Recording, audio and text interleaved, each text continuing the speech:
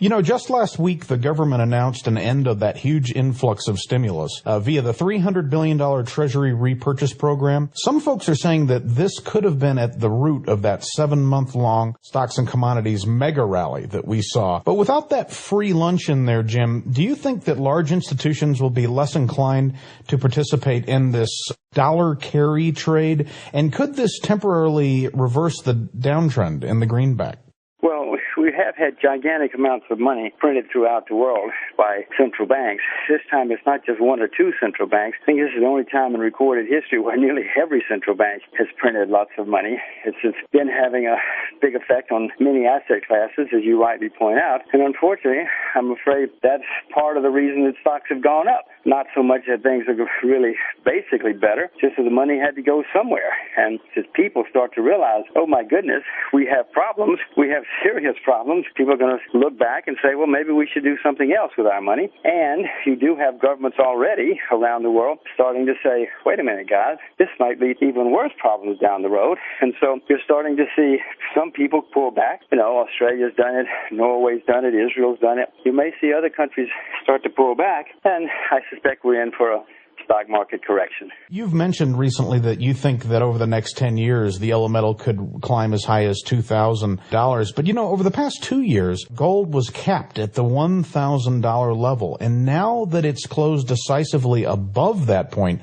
for a few weeks, do you think it's just a matter of time before that powerful uptrend continues? Oh, yes. You adjust the old high for inflation back in 1980 and 81, it should be over $2,000 now just to get back to its high. I'm quite sure it will get back to that kind of number. Maybe not this year, but certainly this decade. I mean, in the next 10 years or so, little question about that. And if it happens, you're going to see even more people get excited, and then that may lead to the blowout phase, or the hysterical phase, the mania phase. I don't know. The mania phase may come at 3,000. Who knows what the number will be? But no, we have a long way to go with the price of gold and all commodities. Well, you know, I'd like to move on to the domestic economy. Federal Reserve Chairman Ben Bernanke says the nation is entering a jobless recovery. And although that sounds like a non sequitur, there have been several jobless recoveries over the past century. It seems that unemployment is likely to rise and continue to rise for another year, and that the Fed's hands will be tied here. You know, that they'll have to keep rates low. The Fed follows the market forces the Fed's hand. You're going to see the market causing interest rates to go higher somewhere along the line. We've had too much money printed. You have inflation, rising. It makes currency paper money suspect.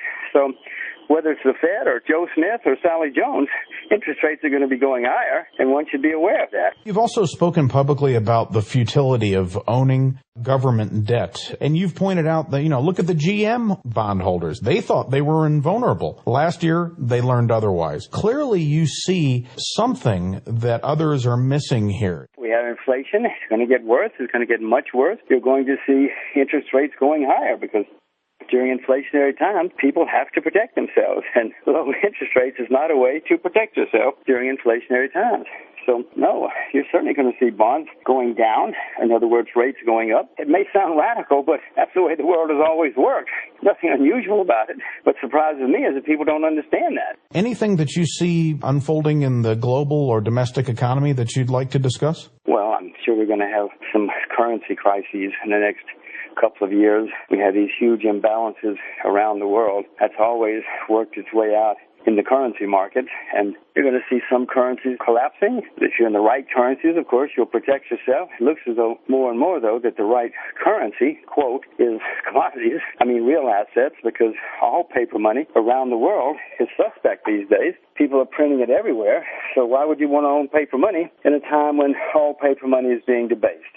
So I would suspect it's going to lead to a currency crisis or two or 6 or 18. I don't know where it's going to start. It could start in Ukraine or Argentina or the UK. It could start in the U.S. I know people who tell me that the U.S. is bound to default on its own debts sometime in the next 2 or 3 years. Now, I don't know. I haven't done enough homework yet, but there's certainly plenty of governments that are very, very, very overextended. So we're going to have some currency crises. I would urge everybody to learn about what's going on in the currency markets and therefore what's going on in the markets for real assets, whether it's gold or cotton or natural gas or whatever, because that's going to be a very good way to protect yourself. That's well said, Jim. And, the rumor I'm hearing from some of the other folks in the industry, they're looking for currency crises right where you first pointed out, in Eastern Europe, the epicenter. There will be massive problems in Central Europe. What normally happens with these things is some country none of us are thinking about starts having problem, and then that sort of snowballs. The next thing you know, everybody looks around and says, oh, how'd this happen? Because there's so many imbalances everywhere.